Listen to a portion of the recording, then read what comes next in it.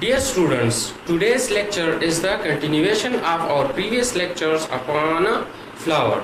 In today's lecture, we will study about perfect and imperfect flower. Perfect flowers are those flowers in which both the sexes occur. That is, male sex and female sex occur combinedly in a single flower. The perfect flower are also called bisexual flowers, or it is also called hermaphrodite. Hermaphrodite is that kind of flower in which both the sexes occur, that is, indusium and gynoecium part of the flower occur in a single flower. The second one is imperfect flower. Imperfect flower is that kind of flower in which single sex occur, that is, either indusium occur in a single flower or the gynoecium occur in a single flower. Therefore, it is also called unisexual flowers. If the indusium part occur in such kind of flower, then the imperfect flower is called staminate flower. This symbol indicates the male part of the flower. So such kind of flower is called staminate flower. The other one is called pistillate. If the female part of flower occur in a single flower, then such a flower is called pistillate flower. So the imperfect flower is divided into two types, that is male flower and female flower. The male flower is called staminate flower and the female flower is called pistillate flower. The imperfect flowers are present in some of the plants like date palm or mulberry plant. On the basis of the presence and absence of such kinds of flower in a plant, we divided the plants into two main categories.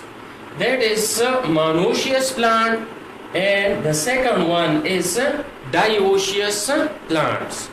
Monoecious plants are those plants in which both the sexes occur in a single plant, or in which both kinds of flower, that is male and female flowers, occur in a single plant. Such kind of plants are called monoecious plants. The other kind of plants are dioecious plants. Dioecious plants are those plants in which male and female plants are separate. For example, the date palm. In date palm, there occur male plant separately and female plant separately. So such kind of plants are called dioecious plants. Similarly, there occur some kind of plants which is called polygamous plants. Polygamous plants are those plants in which three cases occur in the same plant. That is, in the same plant there occur staminate flowers, there occur pistillate flowers, and there occur at the same time hermaphrodite or bisexual flowers. So such kind of plants are called polygamous plants, in which unisexual flowers also occur and bisexual flowers also occur. Such kind of plants are called polygamous plants. The example of polygamous plant is mango. Similarly, there occur various kinds of other terms in relation to flowers. These terms are hypogynous. Hypogynous are those flowers in which the thalamus is conical and the ovary is superior. Dear students, you must keep it in mind that this classification is on the basis of the relationship of calyx, corolla and androecium with that of gynoecium. And this relationship is based upon the superiority of gynoecium and the inferiority of gynoecium in relationship to the calyx, corolla and androecium. We have seen some flowers that in which the calyx, corolla and androecium are inferior and the gynoecium is superior. But in some kind of flower we have seen that the calyx, corolla and androecium are superior to that of gynoecium. In one case the gynoecium is superior, in other cases the gynoecium or the carpel is inferior to that of other parts like calyx, corolla and androecium. So on the basis of this superiority and inferiority of all the words, the flowers are divided into three main categories. Before going to discuss these three conditions, we will learn to know about the shape of the thalamus. Basically, the thalamus occurs in three shapes. It is either disc shaped or it is conical shaped or it is cup shaped. So all these three shapes makes the superiority or inferiority of carpel in a flower. The first one condition is hypogynous condition. In hypogynous condition, the thalamus is conical and the ovary is superior. Conical condition is shown in the diagram that here this condition is called conical condition, in which we see that the carpel part of the flower gets superior position as compared to the androecium, the corolla and the calyx. It means that carpel is in superior position or the ovary have superior position and the other parts are below the carpel, so they are inferior to the gynoecium or to the carpel. So such kind of condition is called hypogynous condition. And the second one is perigynous condition. Perigynous condition is that kind of condition in which the thalamus is disc shaped and the ovary is superior. It is clear from the diagram that the thalamus is in disc shape and the carpel part of the flower attain the center of that disc, or the carpel is present in the center of the disc, so it gets superior position as compared to that of androecium, corolla and calyx, or the sepals, petals and androecium are inferior to that of carpel part of the flower. Such kind of condition is called perigynous condition.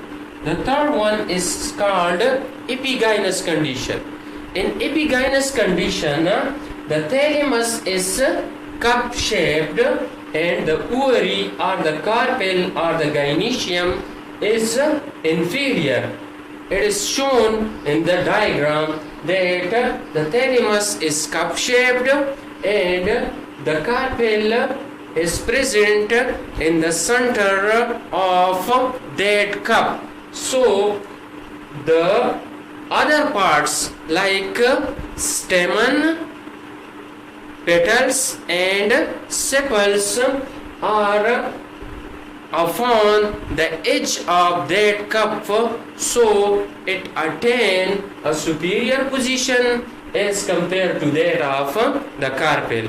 So in perigynous condition, the carpel is inferior to that of other parts of the flower. Dear students, other terms that is used for flower is bracteate.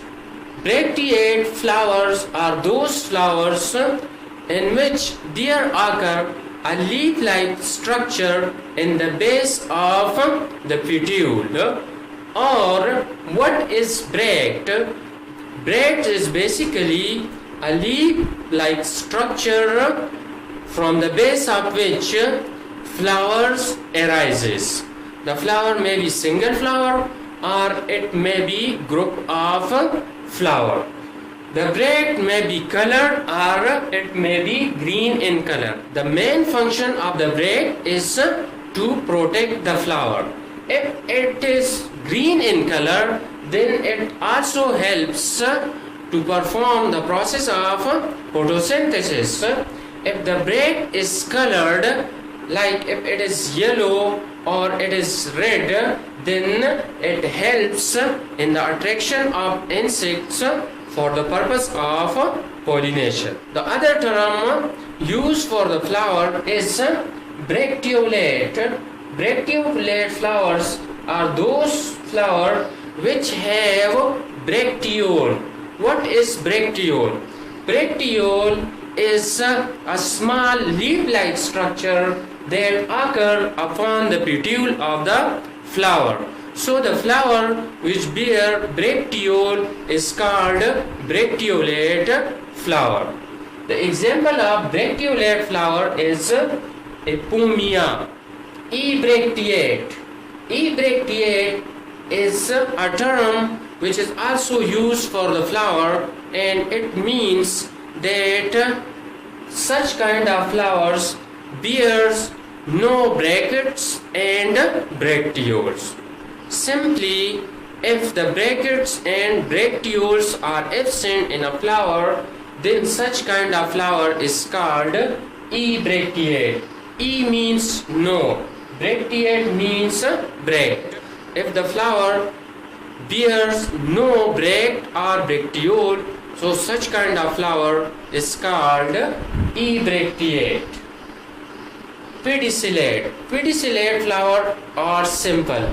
The flowers which have pedicel is called pedicellate flower. The example of pedicellate flower is rose, Rosa indica. Sessile flowers. Sessile flowers are those flowers in which the pedicel is absent. So such kinds of flowers are called sessile flower. The example of sessile flower is wheat, Triticum aestivum. Polycephalous flowers. Polycephalous flowers are those flowers in which the sepals are free.